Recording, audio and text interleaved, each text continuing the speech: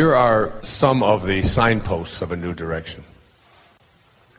Your ego is less insistent on having attention placed on it. There was a time when I could dominate every conversation, no matter where I was, no matter who I was with, and if I was with my wife or whatever. And I could be glib and verbal and use quotations and talk and get people to gather around and endlessly take the spotlight. Today I find myself hardly ever talking. I just love to sit back and watch and listen and observe and notice. Secondly, doing less, not more. Letting go and letting God becomes easier for you. Practicing non-interference. Boy, when I was writing Change Your Thoughts, Change Your Life and living that part of the Tao, I remember reading one of the verses and thinking, it says, great sages do nothing, and because they do nothing, they get so much more done. And I just couldn't wrap my head around that, or my consciousness around that I could do less and get more done. I mean, we've grown up in a world where you have to go out and do more in order to get more. It says in the Tao, great sages accomplish great things by thinking small, rather than thinking big. That a journey of 1,000 miles begins with a single step. And the great sage just thinks of the single step and where they are. You get to a place where you're not trying so hard, but you're not failing at anything. You're just producing results, and you're not willing to judge the results, and it gets easier. Trying less. You begin to shun the spotlight. You begin to practice what the Tao taught me to practice, which is radical humility. Not taking credit, giving other people credit, not needing to have other people tell you how wonderful you are.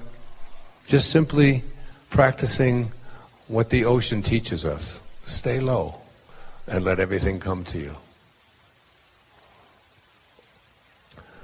Unity begins to replace separation. Conflict then is eliminated. Remember, the mind at war with itself can never know God. Because knowing God means knowing oneness. And oneness means nothing to be in conflict with. You cannot be in conflict when you have oneness. There's only one. And we begin to see ourselves as connected to everything. Now, also on this voyage of two, and I just have to speak a few moments about this, it is what I call the fall.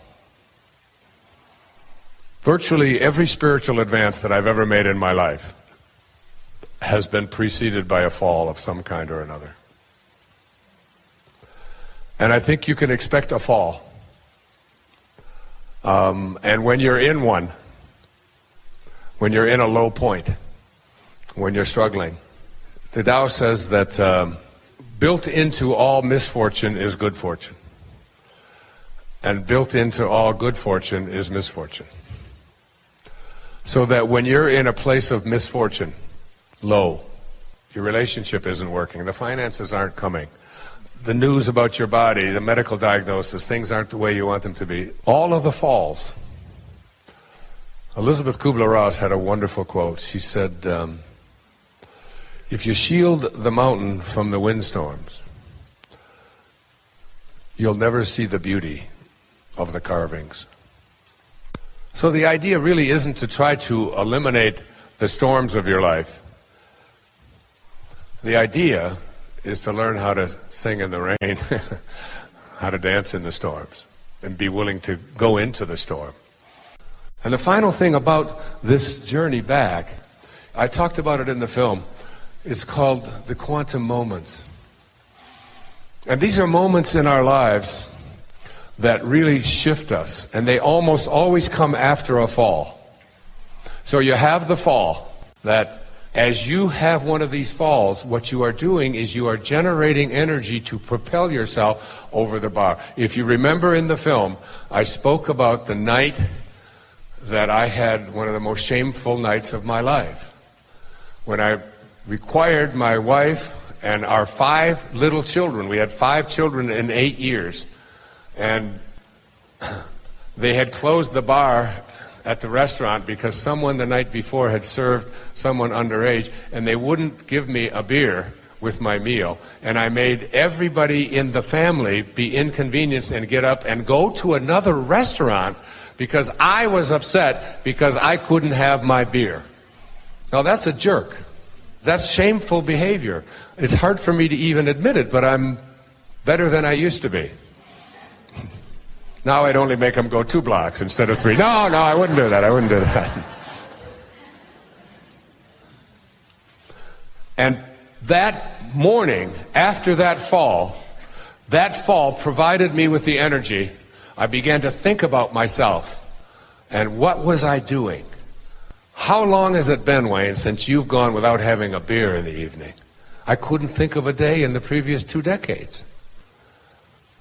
And what are you doing making your wife, who's had 5 children with you in 8 years, move? And you know what it means to move little children like that?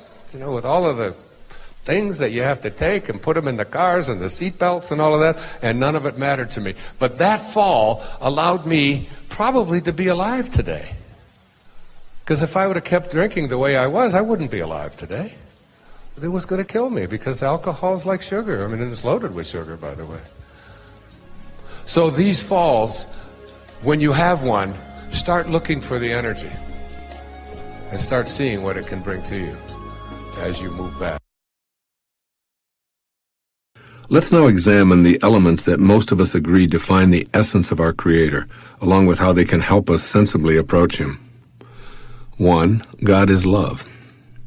We came from love, and we desire to return to that heaven while still on earth. I repeat Emerson's appropriate observation that love is our highest word and the synonym for God. In other words, if we dwell in love, we dwell in God. If God is love and cannot be anything other than what God is, and we wish to have a dialogue with God, then it seems to me that we come to our source in love, or we're wasting our time. So in the private, quiet, prayerful moments of asking for God's help, don't ask Him to help defeat others in any way. Rather, pray, Dear God, make me an instrument of Thy love. I want to be like You. I have forgiven them, and I have forgiven myself. And remember that there can be no forgiveness without love. And without love, there can be no way of being heard by our source. 2. God is peace. One of the most quoted verses in the Old Testament, which may also be my favorite biblical offering, is this: Be still and know that I am God. So a corollary of this might then be agitated and turbulent, and you will never know God. Along with praying or communing with our source with peace in our heart, we must be still. This means taking time to get quiet before meditating, and also monitoring our breathing. As we exhale, we can train ourselves to let go of all of our non-peaceful thoughts, and as we inhale, we can breathe in spirit. We can keep reminding ourselves that all of the non-peace that's in the world is not of God. It's of ego. Then we can ask to be helped back to His peace. This approach will attract the assistance we're requesting. It's all about matching up the vibrational energy of our desire for peace with thoughts and behaviors that are consistently peaceful with those desires. 3. God is all-inclusive. We won't be heard by or receive assistance from our source if we're touting our separateness from our fellow humans. You see, when we seek special individual favors from God, or even when we seek to converse with our source from this perspective, we're once again living an illusion. If God were to acknowledge our belief in separation, perfect oneness wouldn't and couldn't exist. It's impossible for a source that creates everyone, and therefore is in everyone, to even have a dialogue with someone who's harboring ideas of their specialness or separation from everyone else. In conversing with our source, as always, we strive to be more like it. So we need to see ourselves as connected to everyone in the universe as we enter into prayer. Then we can ask for guidance and assistance in summoning the all-inclusive spirit. Make me an instrument of You. Allow me to see you in everyone I encounter. Help me to see myself in others and to extend first to them what I aspire to myself. I've noticed that this is how you are, and I wish to be just like you. The key is getting past your ego-based idea of separation and instead seeing yourself as a part of the oneness of all. As Thomas Aquinas put it so succinctly, true peace consists in not separating ourselves from the will of God. 4. God is abundance. As St. Paul once said, God is able to provide you with every blessing in abundance. So why is there so much apparent shortage in the world, including people starving and living in poverty, and millions of folks having the persistent problem of too much month left at the end of the money? Well, what I can say for certain is that God is not to blame. There's more than enough to go around. After all, we came from a place that knows nothing of deprivation, and we arrived on a planet that has the capacity to grow the food and slake the thirst of every one of its inhabitants many times over. As a species, we human beings have brought the ideas of deficiency and depletions of God's gifts on ourselves, largely by taking very ungodlike actions. God serves all of us, but our greed has made us forget others and focus only on ourselves. As a people and as individuals, we've brought lack to our lives, and we can only fix this deficiency by becoming more like our always serving, endlessly abundant spiritual source. The answers to the resolution of poverty and scarcity are readily available to us, and they'd be resolved tomorrow if we remembered that we're all one on this planet. We all share the same origins, and we all end up back in the same non-place where we began. When we return to spirit in our heart, our governments will align with this truth, and our leaders will emerge from in-spirit consciousness. And 5, God is well-being. Spirit never has a fever and knows nothing of illness. So in my humble opinion, it makes no sense to pray or engage in a discourse with God from a perspective of asking to be healed, unless, that is, we have a firm understanding of what we mean by the word heal. If we mean to overcome an illness or infirmity, then I feel that we're again violating the truism that nothing can be what it isn't, including God. On the other hand, if we use the word heal to mean reconnecting to our source of well-being, then we're open to the potential of receiving assistance to overcome any infirmity.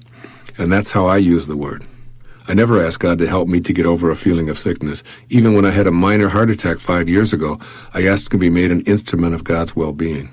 I acknowledged that my body had taken on non-well-being, be it from my lifestyle, diet, and habits, or the toxins I breathe in and out, whatever. It was not of God, it was of me in this physical world, and I prayed to be reunited to a stream of well-being. I knew that I was a piece of God, and it was just as easy for him to heal a cut on my finger as it was to restore my heart to a healthy state.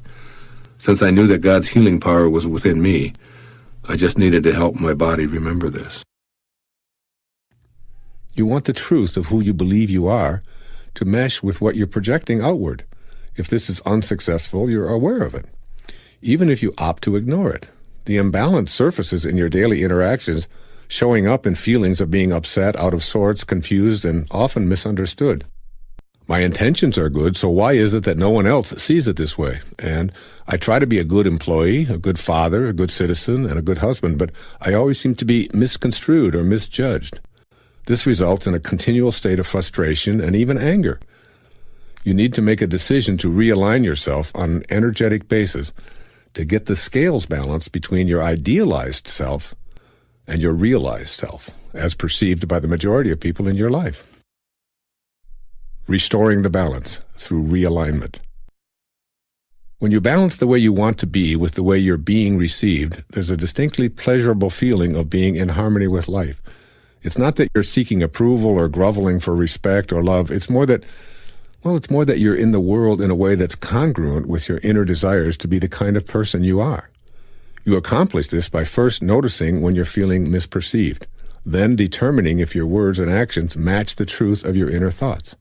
This alignment check will eventually and almost automatically give you a reading that compares what you're projecting outwardly with what you're inwardly wanting to express.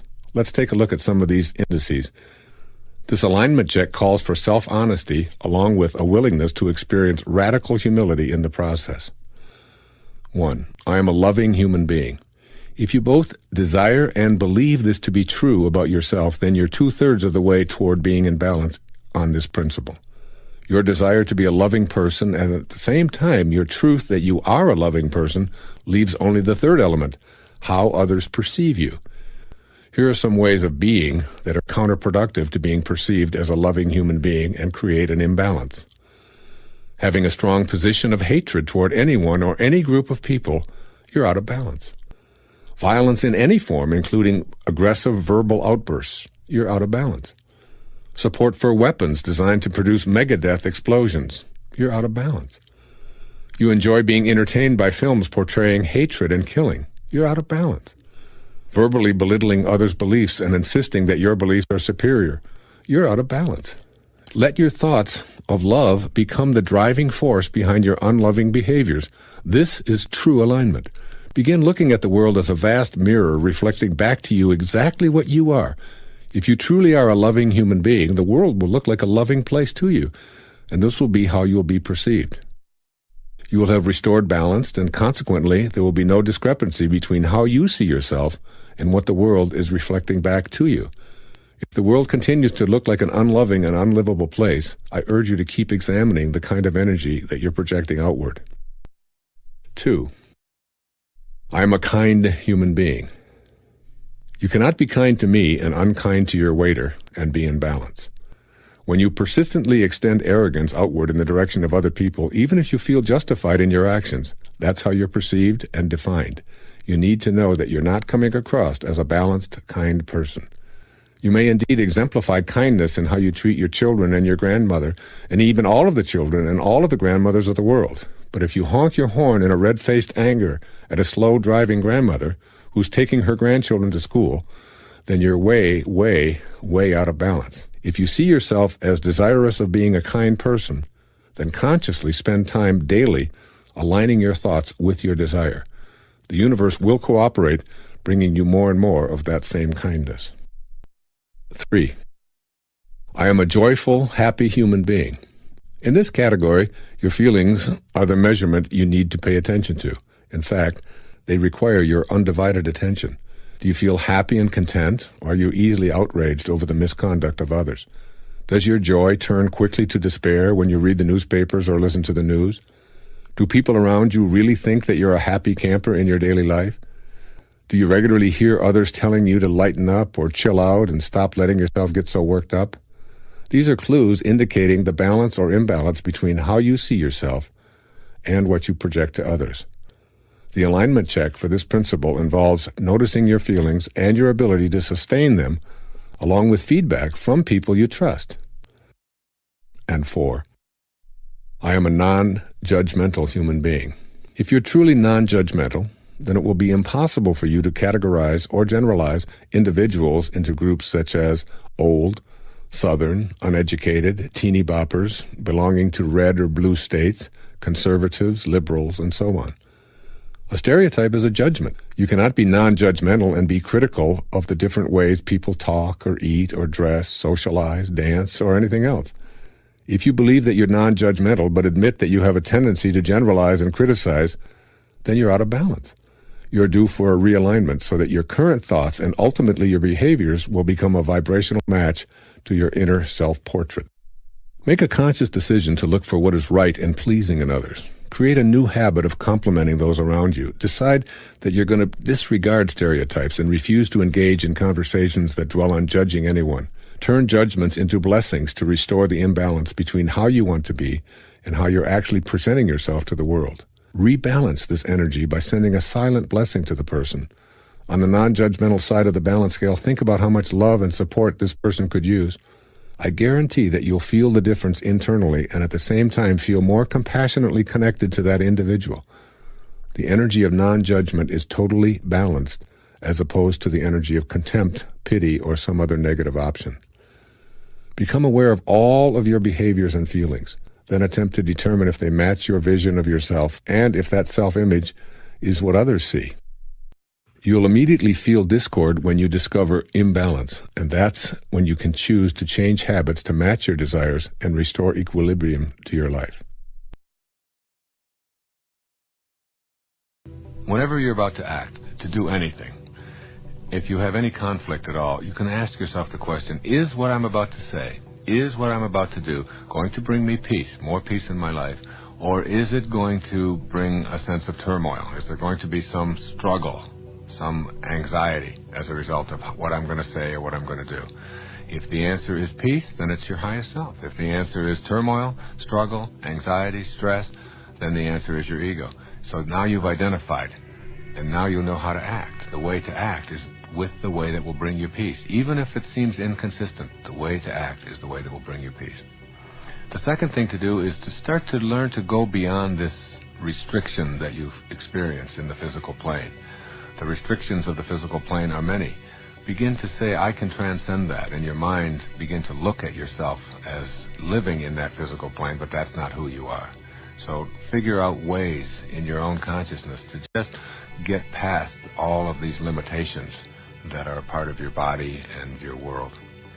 The third is, wherever you go, refuse to defend yourself to anyone or to anything on the earth plane. You don't have to defend yourself. You don't have to prove yourself.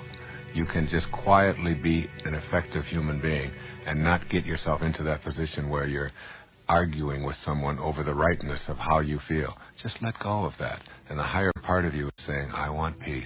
I want peace. It's always there. Keep that in mind. And finally, learn to surrender and to trust in that wisdom that created you. The act of surrendering is letting go, detaching yourself from all of the beliefs that you have, that it's important for you to be right and it's important for you to prove other people wrong, and all of these kinds of things that keep you sort of in that restriction. Once you surrender and once you let go, you find yourself a whole lot freer in your life. To understand that you have a higher self and to know it and be aware of it is one thing, but to trust in it is quite something else. And the ways to put this principle into practice are, first of all, to keep in mind that you cannot go to a higher ground if you're hanging on to a lower level. That in order to get yourself to a higher place, a place of trust, you have to somehow recognize that all of the stuff that's going on in your life in a lower place is something you have to let go of. You have to trust that when you do let go, you're not going to be falling into the abyss. And I would recommend that you take a real rebellious attitude toward the philosophy which preaches that that you are not connected to the divine energy, that somehow this force that has many names is something that is outside of you, and you're not deserving of it. Until you know that you can trust in it, you can't use it and acknowledge it in your life. One of the things to do to practice this trust is to take the most serious problem that you have and turn it over to God. Affirm to yourself, I would like to show my trust in the divine force by simply turning my problems over to your divine hands. I can remember doing this with some of the things that I really struggled with at one time in my life, things that I just thought I couldn't get past. I remember going through relationship difficulties. I remember going through problems with drinking and things like this, where it just seemed like I wanted to get past it and I just didn't know quite what to do. I can remember times when I would be stuck in my writing and not sure whether I could, and I would just stop and I would just say, all right, I'm going to turn this over. I'm going to trust. I'm going to trust. I'm going to surrender. And this concept of surrender is very, very important. So when you do this, it's just that simple act of getting down on your knees and staying there on your knees and just say, okay, I'm going to turn this over to something that is higher within myself. And the ego seems to go away and the solution seems to be there for you. The presence of complete trust is evident in your life when you start to think and feel and do are all balanced and they're all in harmony. This is called congruence. If you're congruent, your thoughts and your feelings and your behavior are all in harmony. If you're incongruent, you have one thought about, gee, I'd like to be able to do this, but then you feel another way about it, and then you act in a completely different way. And this is the cause of most of the struggles in our life, and it's also the thing that impedes the free flow of the divine force into your life. You have to trust in yourself.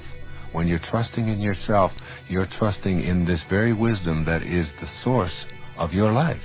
And when you are congruent within and are feeling congruent, you are also beginning to act congruent. So work on congruency and look at the areas in your life in which you feel yourself to be incongruent.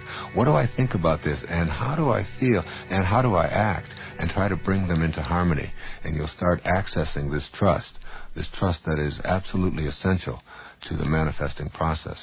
And of course, as always, you have to begin a meditation practice of contemplating the supreme principle which is beyond the pettiness of this world. And as you meditate and go within and you make conscious contact with God, God isn't something that you know about any longer. God is something that you know directly and personally. And once you have this direct conscious contact, this knowing, then trust is not anything that you'll ever have to work on again.